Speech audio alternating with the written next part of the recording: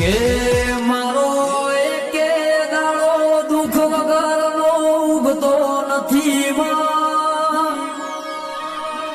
મારા નસીબમાં મારા ભાગલ ચમાટલું દુઃખ સમા ઉમર કરતા વધારે દુઃખ સહન કરી દીધું હવે તો તું આવવાની રાહ જોઈને બેઠો છું કે નવખંડ ધરતી ઉપર નજર રાખનારી પડજે